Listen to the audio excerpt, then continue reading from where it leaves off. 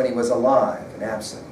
I became a great riddle to myself, and I asked my soul why she was so sad and why she disquieted me so sorely. But she knew not what to answer me.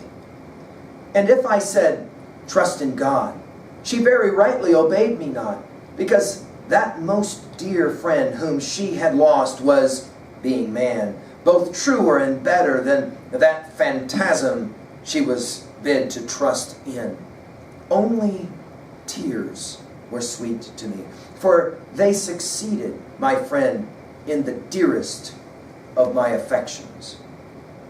Now, we've given already lectures on LearnStrong.net where Tennyson, in his classic text, In Memoriam, talks about something very similar. He, in fact, says, "'Tis better to have loved and lost than never to have loved at all." But that's a philosophic position, and by the way, of course, Tennyson knows as Augustine. That's a philosophic position that he comes to much later in his life. For Augustine, this is just pure anguish. I looked for my friend everywhere, I couldn't find him. And I asked myself, why can't I be comforted? Later, he'll make the observation that technically, what he really was upset about was that his friend had left him. Now, this will be a text about death. And as we have said in other lectures, from the very time you were young, they were teaching you about death when they brought you to the park and you loved to swing, and then at some point they said, it's time to go to the van. And you said, I don't want to go to the van. No. You don't get to stay at the park forever, honey. You got to go to the van. You are already being taught. And the fact that you've never met any 200-year-old person tells you, sooner or later, this is what you come to, death. Sooner or later, the people you care most about, this is what they come to, death. But that's an intellectual observation. And one of the beautiful things about the passage I just read is that it puts into words what you really can't put into words, namely, the feelings that are associated with losing the one you long for. But Augustine will point out that much like he was when he was an infant, everything was about him, and much like he was when he was a very young person, allowing his friends to kind of lead him around to steal pears, for example, still, everything in his life was about him. He was mad because his friend had died and left him. In fact, we don't even have a name of this friend. Augustine doesn't give him a name, and I think there's something significant about that. Augustine is making the point. At that point in my life, all I cared about was myself. I was so narcissistic that when my best friend died, I didn't care about the fact that he died. I cared about the fact that he died and I didn't have my friend anymore. It's a powerful insight, right? Again, these thoughts on death are so compelling for us, and and we're told then that he takes him back to Carthage. And in this musings on friendship, he begins to think about what is true friendship. And he says it, true friendship is love of God, because God is eternal, and of course friends die, right? Of course, the real temptation is not to become so attached. He's so attached to the things of this world. And in that regards, he finds himself constantly longing for something that can transcend the physical, right? We're obviously getting closer and closer to his conversion experience. But to get there, he's going to have to go through his study of Plato and the Platonists. By the way, speaking of Plato and the Platonists, Plato had a student named Aristotle, didn't he? And at the very end of Book 4, we're told by St. Augustine, he did stumble onto Aristotle, and he did read the 10 categories, as it was called. But he says it wasn't that helpful to him.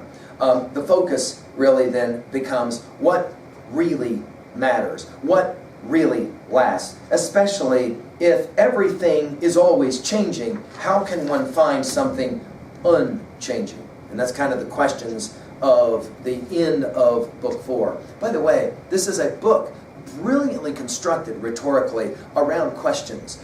The artist, the writer, the seeker of Augustine is constantly asking questions. And Augustine says, all the way through this text, don't be afraid of the questions, but sooner or later you're going to come down to one observation. There aren't enough answers in this world for all of the questions if you don't have the right place to be looking for the answers. That will be his argument after his conversion experiences. We'll get to it. Now we turn to Book 5. At age 29, we meet Augustine. He will meet a Manichaean bishop. He's really kind of excited to meet this guy named Faustus. because he's heard he's a great guy. And in fact, he says it. He is a great guy, but he's not very helpful. He can't give him the kind of wisdom that he's looking for. He then, we're told, turns to science and to somehow a scientific knowledge of God. But in the process of doing this, he begins to lose his faith, especially in Manichaeism. And the Manichees have given him something to believe in, but he starts to become less and less willing and able to believe in it. Now, the great philosopher, American philosopher Ken Wilber, has called this transcend and include. And I think it's a good place for us to talk about it here. And in fact, when you study Augustine, you can see this in play. It works something like this. For a while, and maybe some of us will say, hey, this sounds a lot like the life I'm living. For a while, you kind of have a core group of ideas and beliefs that you hold on to. And they make a lot of sense to you, and life for you is great. And all of the questions of your life are kind of answered through that system, through that code, whatever. And then all of a sudden, you kind of get to a moment where you realize, you know, those ideas are no longer for me working. I'm going to go in search of other ideas. And you begin to transcend the position that you have. However, you include some of the ideas from before. It's not like you completely jettison or leave all of them. Tennyson will say in his classic poem Ulysses, I am a part of all that I have met, yet all experience is an arch where through gleams that much untraveled world whose margin fades forever and forever when I move. The idea is that we move on to the next phase, but that phase will again only last for so long. And then again we get kind of bored and tired, and we start asking questions, and we realize that it can't be of great help to us to be there. And then again we move on, and we keep moving on and on until we find something we can finally, again as St. Augustine said at the beginning of Confessions, we can finally rest in. We can finally take comfort in. Augustine is the classic example of the intellectual seeker, which is why you don't have to be Christian to read this text and to appreciate it, because he kind of demonstrates in his writing what it looks like to go through a series of questions and seeking for answers and trying and then gaining and then transcending and moving beyond. Well, he decides, I need to leave Carthage and I need to go to Rome. I need to go to Italy, I need to go to Rome. And there I'm going to teach. He's been told that the students there are much better, less unruly, and so he decides he's going to go to a place where all of the students sit in their little desks and do what they're told, and they keep all the rules, and so he's excited to go there. Only problem, he doesn't want to take his mother Monica with him, in the same way that Virgil will have Aeneas leave Dido. Okay? You'll remember that story from our talks of the Aeneid. Augustine decides that he's going to ditch his mom. And the way he does it is really kind of mean. He lets her think that she's going to get to ride on a boat with him. He says, I got to go talk to a guy about a thing, his pal. And then he gets on the boat and he leaves without her. And he imagines, of course, that she's probably pretty distraught. But looking back on it, Augustine will say, providence, or the hand of God, was always kind of there. And he says, it was kind of important that I left my mom for this part of my life, because I'm going to end up ultimately in Italy having some experiences that will make me uncomfortable and unhappy, and yet powerfully important.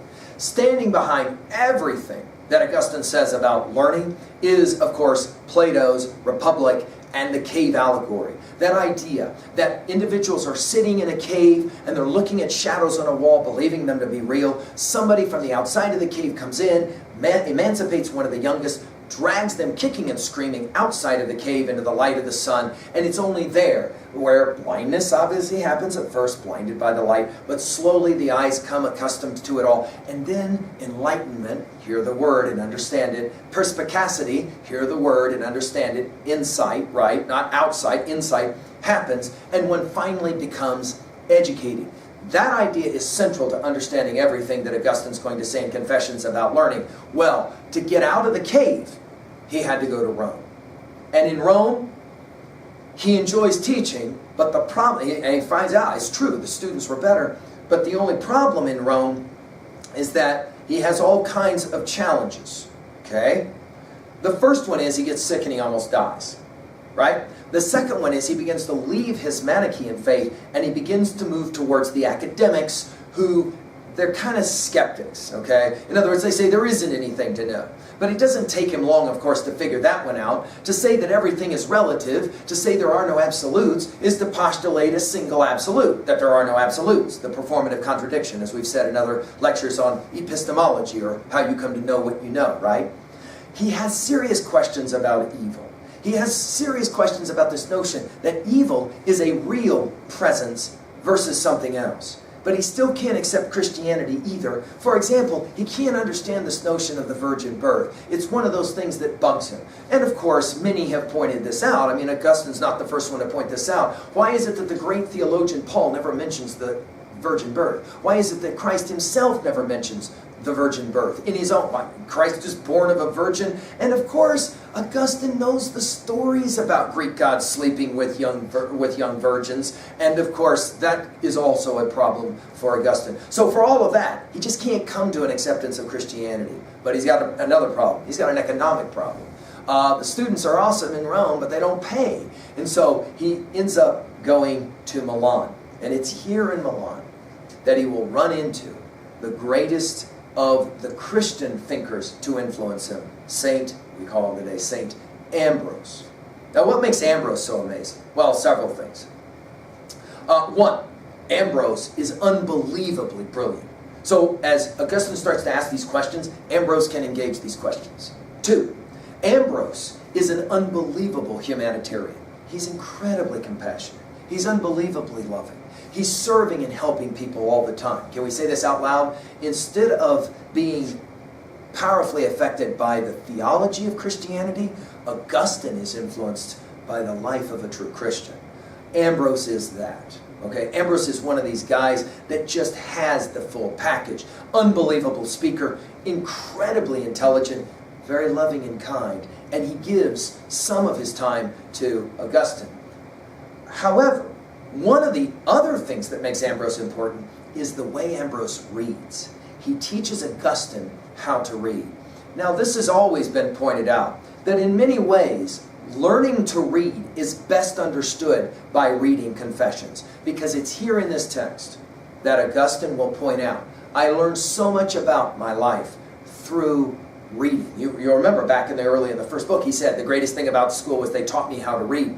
And of course, we can point this out. One of the reasons why Dr. Eliot decides to put together the Harvard Classics is he's challenging you to pick up texts and to learn to read them. But as we've pointed out, there are multiple levels to read.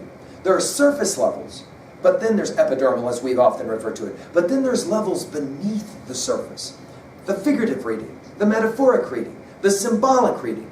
All of these are, of course, hermeneutics is our word, interpretations of the text that we're reading. And it's Ambrose who enlightens St. Augustine how to read. And Augustine is just blown away by this, right? He still can't intellectually accept Christianity, but he's blown away by the fact that Ambrose is starting to push him in the direction towards thinking about Christian theology. And it comes for Augustine when he finally can stop making fun of Christian text, because Christian text, biblical text, especially the Old Testament for Ambrose, can be read at the interpretive level, at the figurative level.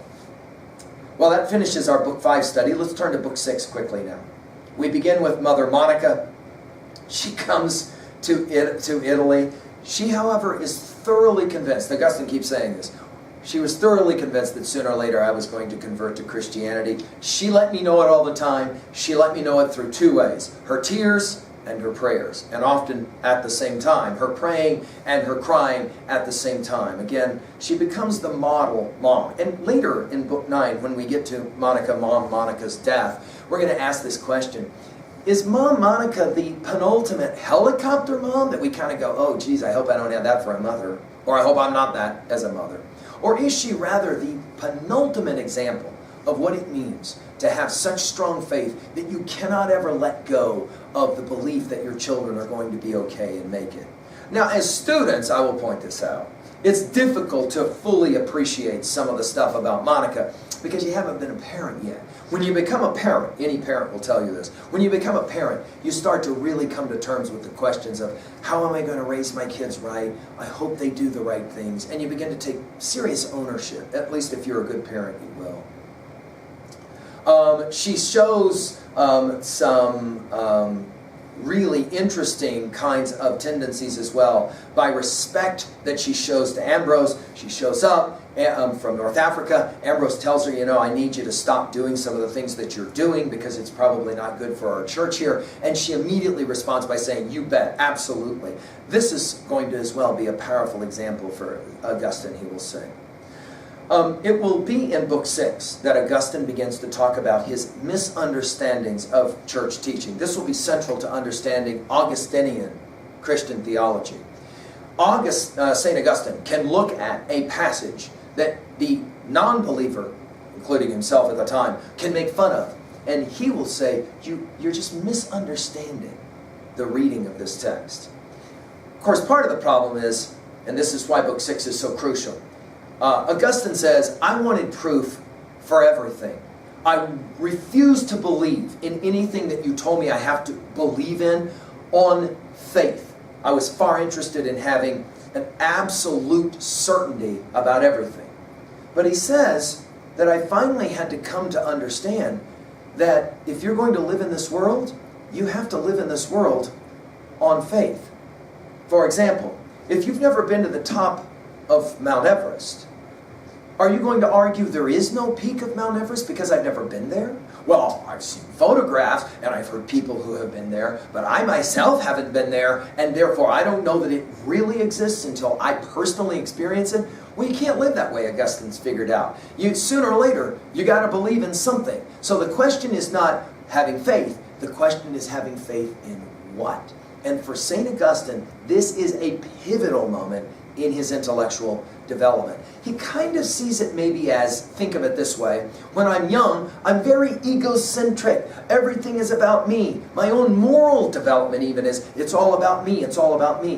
When I get older, it's more of an ethnocentric view. Everybody in my friend group, I'll do what they do. Everybody in my tribe, I'll do what they do. And so on and so on.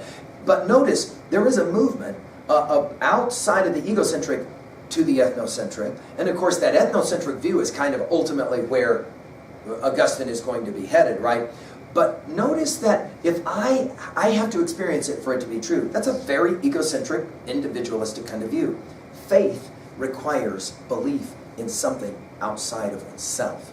And everyone has to do it. Augustine says, when I was young, I prided myself on believing, that I could finally get to a point where I didn't need to believe in anything or anybody other than myself. And he says, I kind of came to realize you can't live in this world that way. Think about something as simple as going into a restaurant to eat. I only believe in science, I don't believe in anything else. Anything I can't see. Well, yeah, but think about this. The food that you're eating right now, it was made and produced and grown, packaged by people you never saw. You take some trust when you go in and eat in a meal that somebody in the back room wasn't doing nasties in the food you're putting in your mouth. Oh, dude, don't give me that word picture. No, but it's true, isn't it? I mean, think about it. We put our faith in others all the time. I mean, think about what friendship is if it's not that. Think about, that's why those scenes from Shakespeare's plays are always so disturbing. Like, of course, Othello. Because Othello really puts his faith in Iago and looks what happens, right? This, of course, is for Augustine a major moment, an epiphany, if you will. And so all of a sudden, the real question is not if I believe, but what do I believe? He knows he's going to have to believe in something. So the question of do I believe is going to be a revolving mantra for him. But it's a question of believe in what, right? Believe in what? And then he has this interesting moment. He sees this drunk bum stumbling down the street, and he seems somewhat happy. And this leads Augustine to begin to ask, why? Why is he so happy? And I'm like always running around trying to make a good living, trying to make money, and I got all these complexities in my life. Why is he so happy and I am not? And then it leads him to ask, what is happiness? This will, of course, remind us of that famous story of the great French writer Voltaire, who in a moment when he was working on a classic text on atheism was talking about that text on atheism with his friend. Voltaire no longer capable of believing in the very God that St. Augustine, of course, is going to argue one should believe in. But Voltaire says he couldn't do it. And yet, he's talking with his friend, and he hasn't been sleeping. And he's been working on this, and he's anguishing over this, and he's not in a very good mood. And all of a sudden, this lady comes by carrying a pail of water, and she's whistling a song and singing. And he goes, yo, what are you so happy about? And she says, look at how beautiful it is. Sun is shining, the birds are singing, the sky is beautiful. All of this beautiful world created by God and given to me so I can enjoy it. How couldn't I be happy? And she walks on. And Voltaire turns to his friend and says, that, what he called blind faith, that is something I will never experience again in my life. Well, for Augustine, he's wanting that, what that woman has, and he doesn't have it, and he keeps asking, why? Why don't I have it? I want to be happy. It is significant that if you think about the trajectory of the West, St. Augustine, Europe, and of course England, produces, of course, the American colonies, which produce a text called the Declaration of Independence, where the term happiness gets used twice in that classic philosophic political document. As we pointed out in other lectures on the Declaration of Independence, America is built on this Augustinian notion that the pursuit of happiness is fundamental to what it means to be free. And here it is. And Augustine wants to ask this question, what is it to be happy? And why is it everybody wants to be happy and so few of us can ever actually find it? Taking us, of course, back to the opening lines in Book 1, that quest to find finally some kind of release, security, and freedom. For Augustine, it will be in God. Augustine's friend, Alypius. Alypius is a very interesting friend of Augustine. He's going to be there at the conversion experience, and in fact, he himself will convert. But Alypius is a classic example of addiction. Watch this. He is a scholar and a student. He's got no interest in hanging out with his friends when they go to the gladiator show. His friends say, come on, it'll be great. He's like, no, I got no time for it. Besides, it's an immoral thing. I got no interest in it. Come on, it'll be great. So he goes. But when he goes into the Colosseum and he sits down, he convinces himself that he's not going to pay any attention at all to what's going on. He shuts his eyes. But then something very interesting happens. And all of a sudden, there's this roar as one of the gladiators is killed.